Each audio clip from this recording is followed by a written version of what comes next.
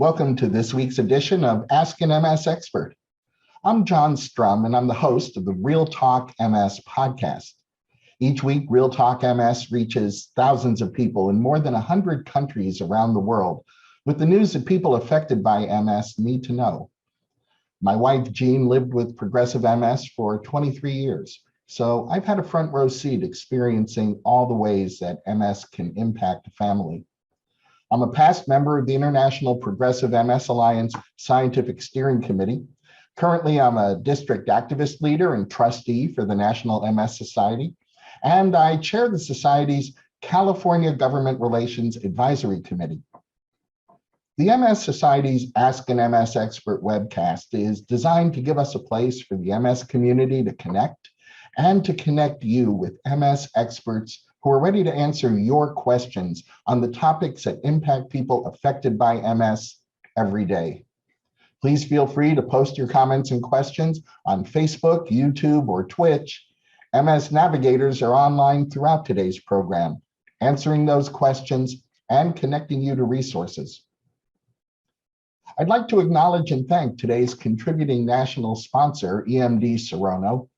Support from MS community partners helps the National MS Society reach its goal of providing up-to-date information and support through programs like Ask an MS Expert.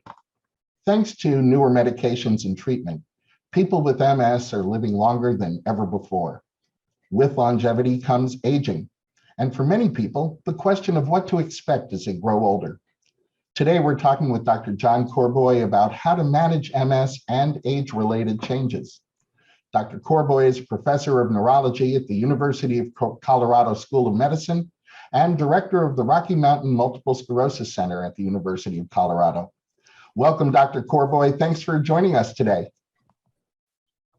Thanks very much for having me, John. I'm happy and pleased to be here. I appreciate it.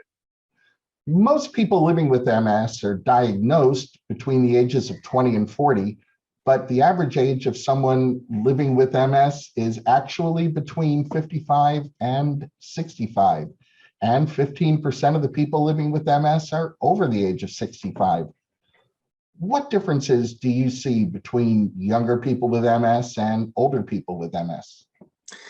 There are a lot of differences that occur as someone lives with their MS, and you can also break it down into those who are diagnosed when they're younger and those who are diagnosed a bit when they're older. But let's talk first about those who are diagnosed when they're younger, because that is the most common individual.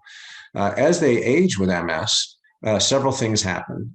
Just with regard to the MS itself, there are less and less relapses as people age, and less in the way of new MRI scan changes that occur over time.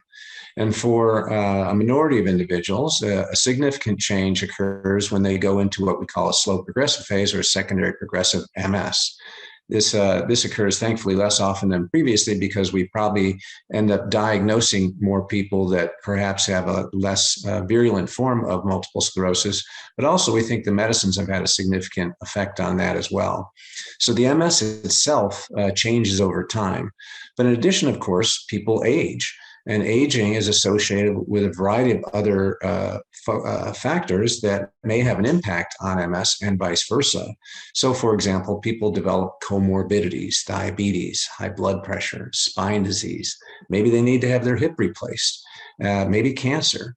And in addition, as people use their medications for a longer period of time, some risks of the side effects that they have with their medications as they age may change. That is, the longer you use a medication, it may be more likely to be associated, for example, with development of some skin cancers or of infections. And if you use some of the medications that are associated with one of the complications, especially with natalizumab or Tysabri, that is PML, progressive multifocal leukoencephalopathy. As you age, you're more likely to have been exposed to the virus that causes that. So the risks about using the medications change, the comorbidities or other conditions that can impact MS change with aging. And we know that it's manifested a couple of different ways. One way it's manifested is that with aging, all of us, MS or no, will have some shrinkage of our brain. That is normal after about age 30 to 35. As people age with MS, this is somewhat a larger issue. But as people age, in addition, more of the effect of shrinkage of the brain actually is from aging and less is from MS. So there are a lot of different things that change as people age. And not surprisingly, this has an impact on how they function, how their caregivers function, and then also how we use the medicines potentially. Well, I want to circle back to a few of the things you just touched on. But first, I want to talk about a study that I know you are quite well versed in. Given that disease activity seems to slow as people age, many people wonder if they can eventually go off their disease-modifying medications. You recently completed a study called DISCO-MS to learn more about the impact of stopping MS medications in older people living with MS. I'm curious, what was it that motivated you to want to start this clinical study and look at this? Well, a lot of different things, and a lot of it came from patients themselves. My career happens to have just perfectly overlapped pretty much with the timing of the medications. I came out of fellowship in 1992, and in 1993, we had our first medication, interferon beta-1b or beta-furon in Europe. And so over the course of the last almost 30 years now, it's almost astounding to think about it. We've had the development of all these amazing medications that have had a big impact on people's lives. But we also have quite a few people who have lived a prolonged period of time taking these medications. They started, even some in the 90s, and they're still taking their medication. And yet, for example, they may have not had a relapse in 10 or 15 years. They may have not seen a scan change when they're routinely surveilled by their physician, and yet they're wondering then, why am I still continuing to take this medication if I've been stable for a long period of time? In addition, some people may have had complications from the medication, side effects of the medications, and so coming from the patients themselves, but also understanding the natural history of the disease, as I mentioned, less relapses and less scan changes over time. Well, those are two of the things that the medications are best at treating. Unfortunately, the medicines are not so good at treating progressive forms of MS. And so when someone is either stable or if someone has gone into a progressive phase, in spite of being on the medication and seemingly not having much of an impact, that raises the question as to whether or not the risks of the medication are outweighing the benefits potentially of the medication. In addition, there's cost issues. These are very expensive drugs, as you know. A lot of times people have interruptions of insurance. A lot of times people have a change of insurance. When they go to Medicare, for example, they perhaps will have a change that alters some of their costs for them, especially around copays and deductibles and things like that.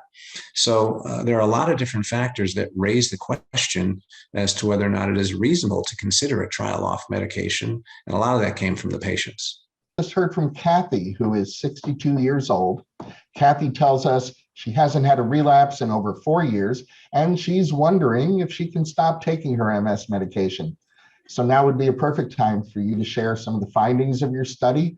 And based on those findings, are you able to provide any sort of recommendation to someone who's like Kathy? Sure. So who actually ended up in the study? Kathy would be a pretty typical person. It was a 63-year-old woman, was the average person in the study. 90% were white. 83% had a relapsing form of MS, but we had 17% of people that had a progressive form of MS, so about 1/6 or so. The average time from the last relapse was 14 years in our study. So these are people who are very, very stable. Average time from onset was about 22 years. So these are people on average diagnosed around age 40. Interestingly and notably, over 70% were still using the injectable drugs such as an interferon or Copaxone, glutarin acetate. And so only about 25 to 30% were using either one of the oral medications or one of the IV medications. And we had a variety of different medications. We allowed pretty much any of the FDA approved medications, so long as they are approved, so that you could be on the drug for at least 2 years by the time you got enrolled. So that means some of the newer drugs were not included. But for example, we had a few patients on Ocrevus, quite a few on Tecfidera, quite a few on Gilenya, and a smaller number on Tysabri. And this was an interesting study because it was a little bit different than usual. Usually, when there's a new drug that comes out, it's either compared to a placebo or it's compared to one of the drugs that's already on the market. So the idea is that the hypothesis is that there's no difference between them, but you try and prove that the new one is better. And that's the standard thing. Is it better? Well, this way we did the opposite. We were taking a drug away.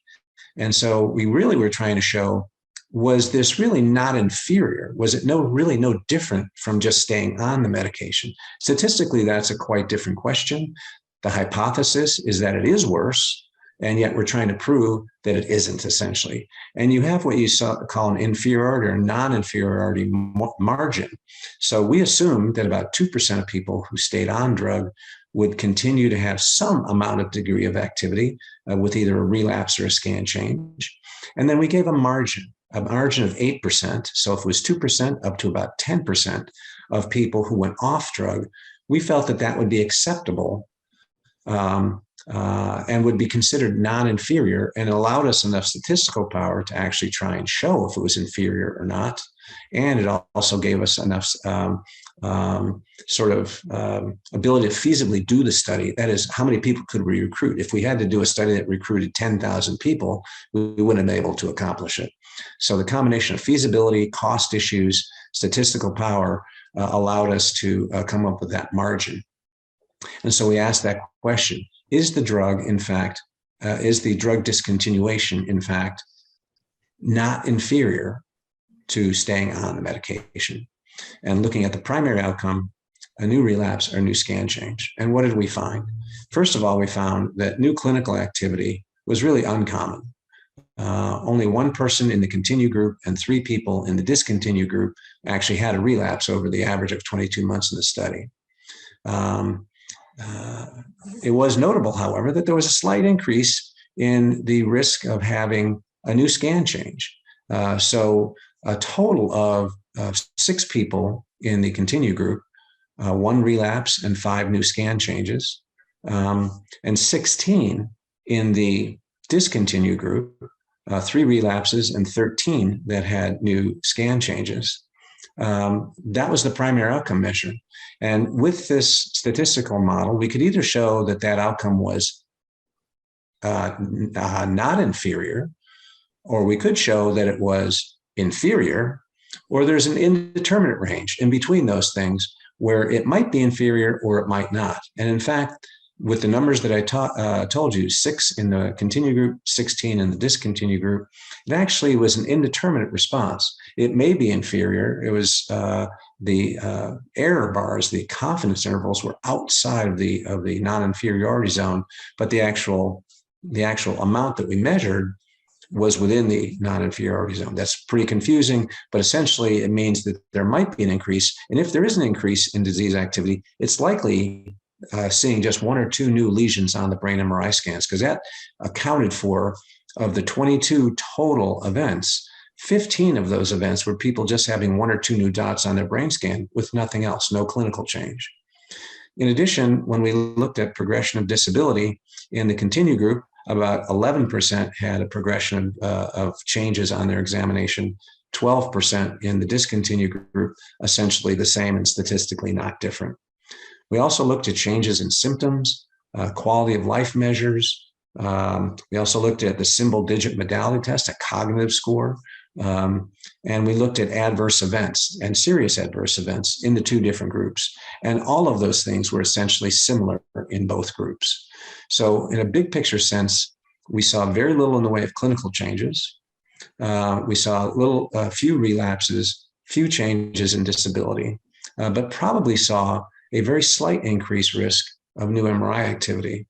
We also did look at active lesions on scans, but many people in the study declined to get contrast. And as you probably know, the contrasted images are the ones that tell us about active scans.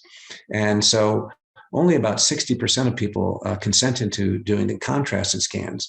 And so it's a little bit of an incomplete answer here, but 6 people did have contrast-enhancing lesions on their scans of the roughly 180 to 90 or so that got the scans. Interestingly, all of those were in the discontinued group. So that goes along with the idea that there's a little bit of sort of ongoing activity that's under the surface because those people were not having relapses. And in addition, we looked at whether or not there was a relationship between those who had a relapse or a scan change and those who had progression of disability on their examination. And in fact, there was no relationship. So the people who were progressing, they were not progressing related to a relapse, and they were not progressing related to a scan change. They were just slowly progressing. One other small interesting thing is that although 83% of the people had stable relapsing MS, and only 17% who went into the study had progressive MS at the outset, of all the people who had some progression, that 11 or 12%, 83% of those were actually people who were designated as having relapsing MS. So that means either that they probably had some slow progression that was not recognized prior to going into the study, or I suppose it's also possible that they converted into a progressive phase during the study. That seems less likely. So it's a reminder, and recent studies have also shown that sometimes it's hard for us as physicians to appreciate that there is some slow progression, but when we really look closely, like in a clinical trial, there might be a small amount that's really maybe under the surface. Let's shift gears and talk about symptoms. We know MS can cause variable symptoms, and so can aging. We heard from Lisa, who said it's sometimes hard to tell the difference. Her confusion isn't particularly surprising. Learning to distinguish symptoms of progressing MS and normal aging can sometimes be challenging. What are some common mental and physical changes associated with aging that can be similar to or even overlap with symptoms of MS? And how can people living with MS monitor what's going on so they can tell the difference? Yeah, that's a very important question that happens all the time. And some of the common things are, for example, there can be some cognitive decline in people as they age. Anyone who's gotten past about 55 or 60 knows they can't find their car keys sometimes, or forgot what they went to the grocery store for. And this obviously can be just a nuisance, or it can actually be a clinical disease or a condition such as Alzheimer's or some other degenerative disorder. But we also know that we can see some cognitive dysfunction in MS patients, especially with word finding and visual processing, speed of processing, almost like someone's using the older computer, not the new computer. And this can be accelerated as people age with MS. And there can be a difficulty and a confusion of that with just normal aging, or if it's quite severe, with actually some other neurodegenerative disorders. And we all have seen patients who've had, for example, both MS as well as, say, Alzheimer's or another cause of dementia. So similarly, we can see gait disturbances. Gait disturbances are very common in MS, walking problems. And as people age, they get a lot of different walking problems. Sometimes it's just orthopedic. They need to have their hip replaced or their knee replaced. Maybe they have some spine disease. Maybe as well, they've developed a different neurological disorder like Parkinson's or something else. And again, MS unfortunately does not protect you from getting those other things. It occurs at about the same rate as it does in the general population. So there can be other neurologic disorders that mimic the gait disturbance that we see. And then finally, there are some mood issues that are perhaps a little bit more common as people age. Depression, sometimes people, as they age and maybe they lose their partner, they lose some friends, they may have some social isolation that can occur. Depression can be a prominent factor. It can actually look like a dementia, the pseudo dementia of depression. And while that's very common in the general population, it's probably more likely to be seen in patients with MS because they struggle a little bit more with, for example, social isolation if they've been somewhat disabled by their MS. So those are maybe three common areas. But the main thing in terms of trying to deal with that is to make sure that the first thing that you always think is, this may be my MS, but it may not be my MS. I know the doctors frequently make the mistake, not the neurology doctors, but the primary care doctors oftentimes make the mistake of saying, oh, that must be your MS. Talk to your MS doctor. Well, not if you have an appendicitis or if you have a colon cancer or you're anemic or other things like that. Those are really other issues. So I think that we always have to remember, think about MS a lot, but also think about other stuff. And then also gather around you a team of doctors as you may need. And the basic ones are going to be your neurologist and related providers and the team that they offer. But then also the primary care doctor, because they're going to keep up with getting a mammogram, getting your colonoscopy, checking to make sure you haven't developed diabetes or high blood pressure, and all of those other things that are so important as people age. So the primary care doctor and the neurologist have to be on the same page, and then hopefully working towards trying to figure out those difficult times, and you can have some confusion about what's causing what. As you've already mentioned, as people with MS grow older, they may experience other of these coexisting health conditions called comorbidities. We heard from Janice, and she's wondering if people who are living with MS are more prone to other health complications than those who don't have MS. Some of them I've sort of mentioned. Some of the mood issues are probably more common, anxiety, depression, for sure. A big one that our patients are more prone to are related to infections, either because individuals who develop disability are in a wheelchair or bedbound are clearly at a greater risk of infection, but because of some of the medications we use, they're also more prone to be potentially prone to infection, especially if they use more highly effective therapies that are more immunosuppressive.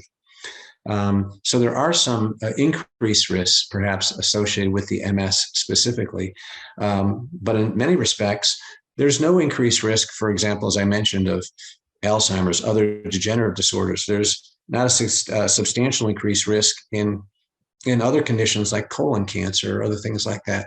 There people are always looking to see if there's an increased risk of things like that, but the increased risks that we see are oftentimes secondary to the MS. So, for example, if people have a gait disturbance due to their MS, they may favor one side of their body or another. They may lean over as they walk, or they may be hunched forward. That produces problems with low back problems. That produces problems with knee and hip problems on the good side. And of course, falls would be a major secondary problem of MS. And so things like that can occur. And as I mentioned, infections with the various different medications that are not a direct result of MS, but an indirect result of the MS. And those are increased. And that's what we spend a lot of time talking about as people age: gait issues, cognitive issues, infection issues. Those are really prominent as people age and increased in MS. Are there any strategies you might recommend or treatments to reduce the chance of developing or at least better managing comorbidities and MS? There are several things that are really important, and this is where all of the non-disease modifying therapy issues come into play. So one is just taking care of your body in general. Do all the things that your mother told you probably when you were 5 or 10 years old to do. So eat well, exercise, get good sleep. In addition, I would add, probably vitamin D makes a difference. Exercise, exercise, exercise, not smoking, controlling diabetes, high blood pressure, other things that are important for your general health, and getting all your general health checkups, vaccinations, and other things like that. Those are all extremely important. But among the main things is remaining intellectually engaged. It can be difficult for people. Some people are more socially isolated. They may not have a lot of opportunity to get out, but you can still do a variety of different things. During the pandemic, we've all found different ways to retain some interaction. We're using a Zoom right now to talk. Zoom has been a lifesaver for a lot of people, a good way to visit with your friends. If you like to play bridge, as I do and my wife do, we play bridge online. We get to line up and play against robots even sometimes, but we can also play with our friends online who are all over the country. You can do crossword puzzles, do Sudoku. You can do word games, which have gotten really prominent in the last couple of years with the pandemic. All of those things keep your brain engaged, and it's extremely important. So exercising your body and exercising your brain are probably the two most important things to do. Treating various MS symptoms along with other health conditions can include taking several different medications, something called polypharmacy. Medications are meant to help, but sometimes taking too many can be dangerous. Why is this a particular concern for older adults?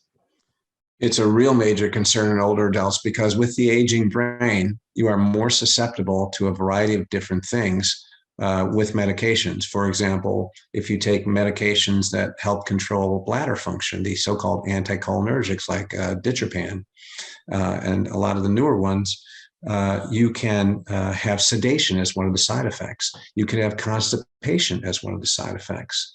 And those are two prominent things in people as they age, and they are more likely to occur as you age. And then if you have significant sedation, you might have a trip and a fall.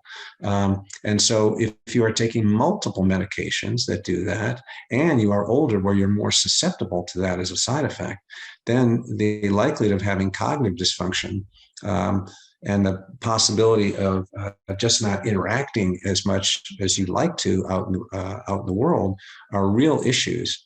In addition, aside from just increased amounts of side effects, which are common as we age, there can be drug interactions. So taking drug X may alter the kinetics of drug Y, how you process drug Y. And so you may process it more quickly because you've elevated liver enzymes that make it get processed more quickly, and then the second drug is not as effective. Or conversely, it may make the drug number one that's being affected by drug number two actually more effective because it maybe releases it from being bound to a protein, and now drug one is maybe more floating around free and it has more impact. And so drug interactions or just additional effects, especially with sedation, are very common. I can tell you the most common reason that we get called in the hospital for a consultation is a change in mental status, what we call ultimately a toxic metabolic encephalopathy. So an encephalopathy means your brain doesn't work right. The number one cause by far is drugs. And it's drugs that we, the doctors, give to people. So, there's a lot of people, unfortunately, who use street drugs that we know there's a pandemic of that as well. But we're talking about the drugs that doctors give because patients are living longer. They're accumulating a number of different conditions.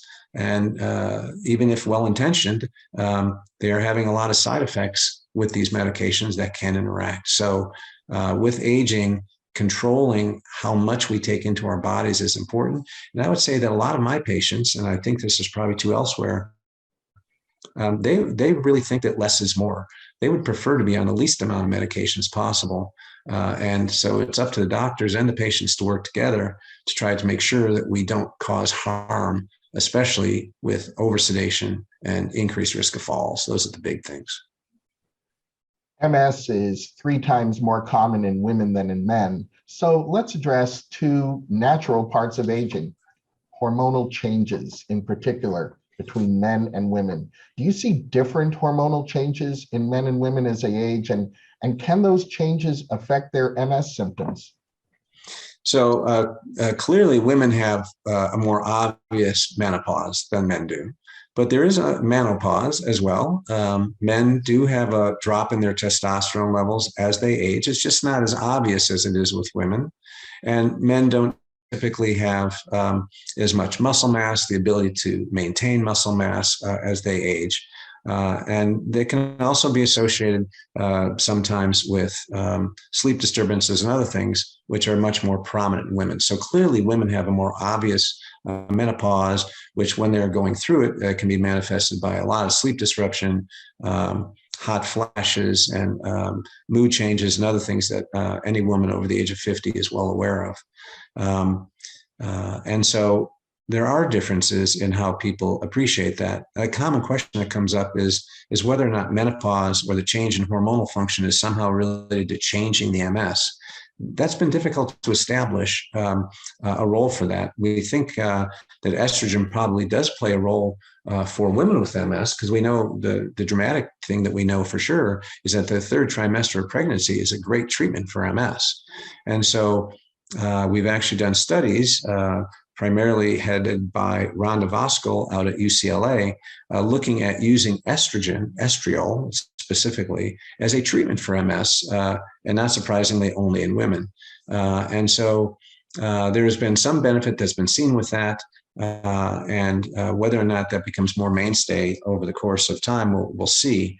But a common question related to that is whether or not using hormone replacement therapy can help with some of the symptoms of MS while people are going through menopause or after that, because we know that sleep disruption is a huge problem for people with MS.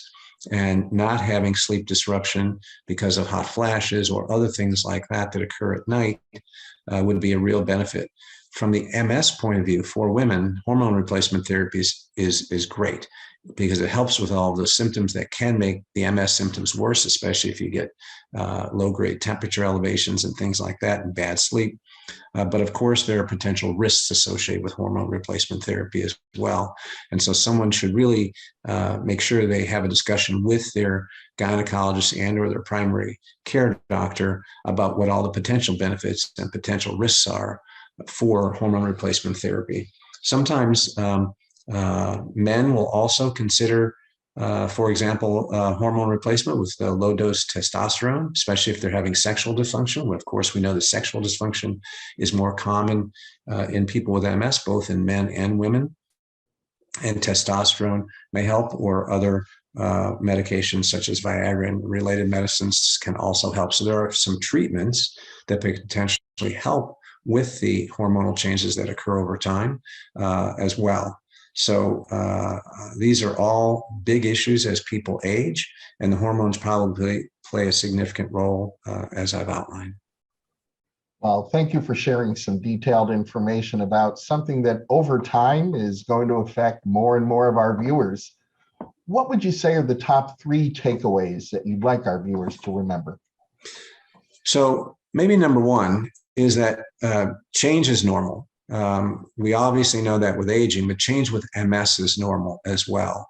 And so changing our approach to it and adapting to it over time is extremely important. And in that respect, a consideration of specifically going off of medication, or perhaps, we haven't really discussed it, but perhaps de-escalating your medication. If there's higher risk, you could perhaps lower those risks a variety of different ways, changing the dose or extending the dose interval, or maybe even going to an alternative medicine with lower risks, or a trial off medication is totally reasonable as people age because the disease itself changes and the medication may not be as beneficial, but with higher risks. And the third thing would be, in our study, we showed that really clinical disease activity that we can measure was relatively uncommon in our group. That is, people who are relatively older, relatively stable. We didn't see a lot of new clinical disease activity, but there may still be a little under the surface ongoing activity, especially with MRI scans, the significance of which is not clear. And future studies will get at what that significance is. And we think from some studies already in existence that having 1 or 2 new dots on your brain scan every few years is probably not going to have that big an impact on you over time, at least in younger patients where those studies were done. Future studies will try and get at that, and other studies with randomized controlled discontinuation trials in slightly different populations will help us understand the effect on aging as well. So those are maybe my big 3. Well, I want to thank everyone who submitted questions, and thank you for being with us today, Dr. Corboy. Thank you, and I appreciate the time. Have a great day. Before we close, I want to remind you that the National MS Society's MS Navigator team is your best partner when it comes to connecting you to the very best information and resources on living with MS.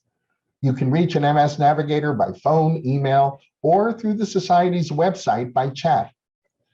For information and resources on MS, please visit the Society's website. You'll find research updates and news, information on connection programs like self-help groups and MS Friends. You'll find ways to get involved, and you'll hear about upcoming events that are taking place near you. Remember, you can connect with the National MS Society and others affected by MS on Facebook, Instagram, Twitter, YouTube, and LinkedIn.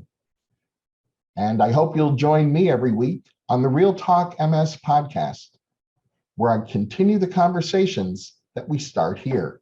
You'll find Real Talk MS at realtalkms.com, Apple Podcasts, Google Podcasts, Spotify, Amazon Music, or wherever you find your favorite podcasts.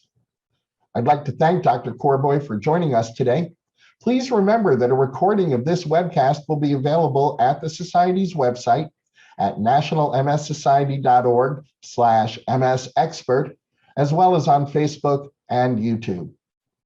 I hope you'll join us at this same time for next week's edition of Ask an MS Expert. You can always find our upcoming program topics on the National MS Society's website. And now I have a favor to ask each of you. Getting your feedback on today's webcast is important. So if you're watching on Facebook Live, you'll see a link to a survey pinned to the comments section. And on YouTube, you'll find that link in the program description. Completing the survey makes a real difference. The information you provide helps us continuously improve, and it helps shape future programs. The survey takes just 1 minute, so I hope you'll take a minute to fill it out. On behalf of Dr. John Corboy and the National MS Society, I want to thank you once again for joining us. Please stay safe and make healthy choices.